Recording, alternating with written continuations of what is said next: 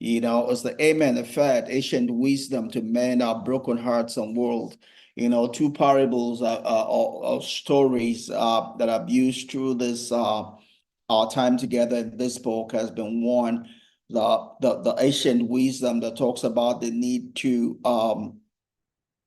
sorrow with those that sorrow and rejoice with those that rejoice. The amen effect is being there for one another. The amen effect is just giving the gift, of our presence to one another. Someone says that the highest gift, the biggest gift, the most valuable gift we can give to someone else is our presence, and that's because it requires our time. We only have so much presence in this side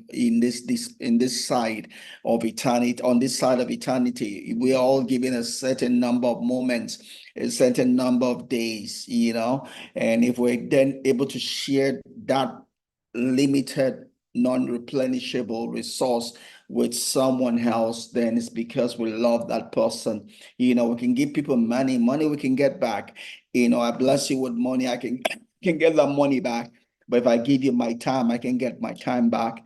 So our presence is probably the most precious, gift we can give to one another. So we're saying, let's make a habit of giving this, to one another, especially when we need it, especially when it makes a difference in that person's life. And there's probably no other time that it does make a difference, like when someone is sorrowing, when there's a loss, when someone feels alone. Our being there for someone that's sorrowing kind of reduces the pain of the sorrow, tells that person that he or she is not alone. It tells us that person that, we see you in your pain, we see you in your sorrow. Your sorrow is not going unnoticed. We're there with you. We're here to give you a shoulder to rest upon. We're here to give you clothing to cover you. We're here to help you in whatever way we can, if only to reduce your pain, if only to help you through this seeming moment of life, and no matter how short or long it is, we're here with you, and that's what we do. And that's what the ancient wisdom says, that we should sorrow with those that sorrow, because that's what human beings do. That's the way we're created, to be there for one another, to need one another also, to need one another also. We're not doing it because we're trying to impose ourselves on someone else. It's because that person needs it, because that's the way we're all created, to need one another. I'm through the study we talked about, what happened at creation. God created Adam, and God himself said, God's judgment, he said, it is not good for Adam to be alone. It is not good for Adam to be alone. I will make him a help, not a wife, a help that is equivalent to him, a help that will be able to fill this vacuum that I observed in Adam. It will not be one that is above him to lord it over him. It will not be one below him for him to lord it over that person. It will be one beside him that will be just as good as he is, someone that can minister from a place of strength to Adam, right? Someone that can minister from a place of strength to Adam, and that's what God did, So whether it be in marriage, whether it be in a place of companionship, friends, family, we need one another. We're created not to do this life alone. We're created to do this life with someone else, with other people. That's what makes this life complete. And we went ahead and talked about what it means to be lonely, what the definition of loneliness is, right? Loneliness is a it's a subjective feeling, right? That tells you something. It tells you something is amiss in your life. That's all loneliness is saying. Is an information that's telling you something is amiss in your life. It's an information that's telling you you are not filling that gap that God filled for Adam. You are not socially engaging to the level that you need for yourself, right? Different people have different needs for social engagement, especially if you're talking about where you stand on the introverted scale, all right? Whether you're an introvert, extrovert, where you fall on that spectrum might determine how much of social engagement that you need. For an extrovert needs a whole lot of social engagement. An introvert probably doesn't need much, right? Because an introvert gets his or her energy in solitude, not in the place of company, right? An extrovert gets his or her energy in a place of social engagement. However, even that introvert needs a certain amount of social engagement. So whatever it is that it's social engagement that you need to make you think, to make you come alive, you must fill your tank. Right. And when we talk about tank here, we can even look at this from different vehicles. What will fill a small car, it's not the same as what will fill a big SUV, right? But important thing is that both of them if they need to fill their tank, they need to fill whatsoever it is their capacity calls for, right? But whatever your capacity calls for, if you're not meeting that requirement, that minimum requirement, you're going to feel lonely, right? You're going to feel lonely. And loneliness is not a spiritual thing. Loneliness is a deficiency of social engagement. It's not your people in the village that are troubling you when you're lonely. It's not because you committed a sin that's making you lonely. It's just because you're not having the right amount of social engagement that you need. You're falling below, you're falling below the level, the minimum level that you need. Therefore, the way to solve loneliness is not by praying, right? It's not by fasting, right? It's not by doing anything else, but to fill the tank with what it is deficient of, which is having social engagement, relating with other people, other human beings, right?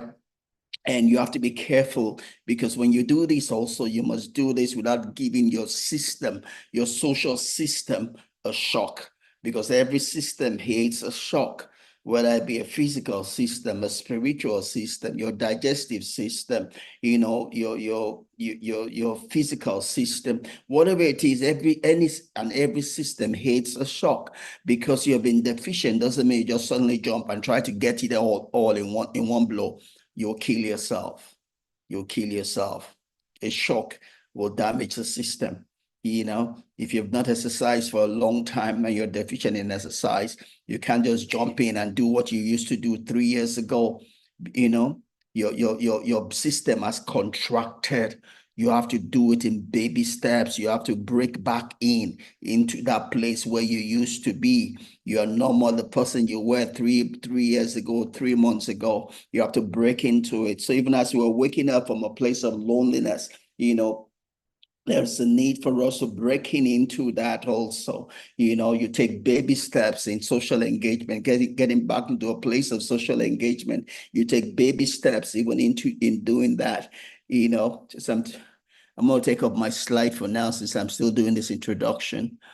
All right. Since you need to take baby steps even in doing that, right? When you're coming from a place of loneliness, take it little steps at a time, because the person you're trying to engage with might not be as hungry as you are. And if you overload that person will run away from you, right? That person can react or respond in different ways, can either run away from you, can abuse the opportunity, right? Sees that you're hungry, can use that your hunger against you and abuse the opportunity. So then you will not get what you're looking for, and the response you get might take you into a chronic level. Because that which you want might be running away from you. Same way we talk about wealth. We say that wealth has wings. When you chase after wealth, wealth is going to run away from you, right? Same thing when you're trying to come away from loneliness, you have to be careful. Take baby steps towards it.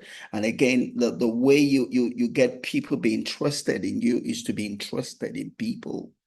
Even though you're hungry for social engagement, you must not allow that social engagement to lord it over you.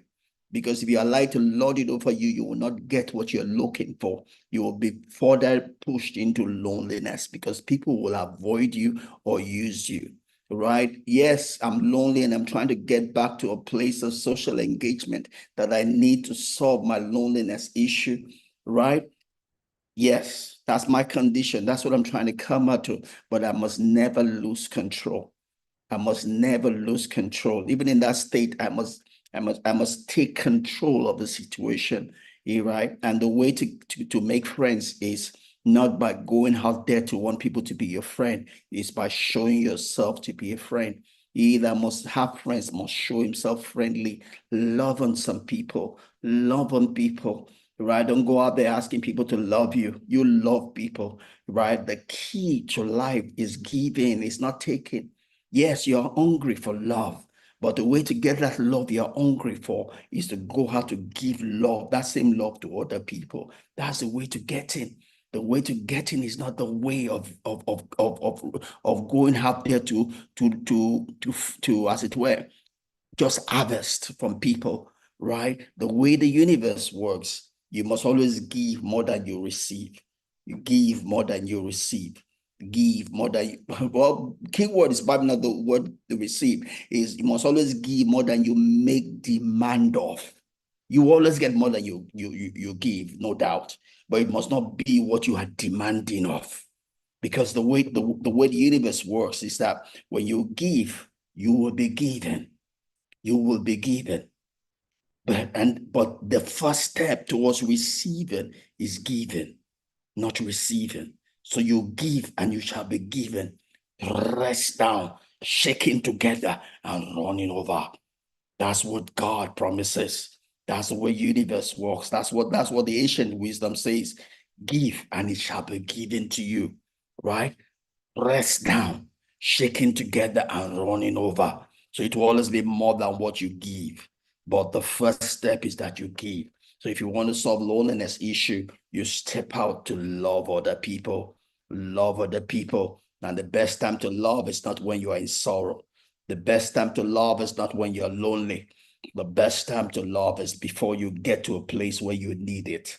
You sow it, you sow it, you sow it. So if there ever comes a time, that you need it, you can then go ahead and harvest because you are sown ahead of time.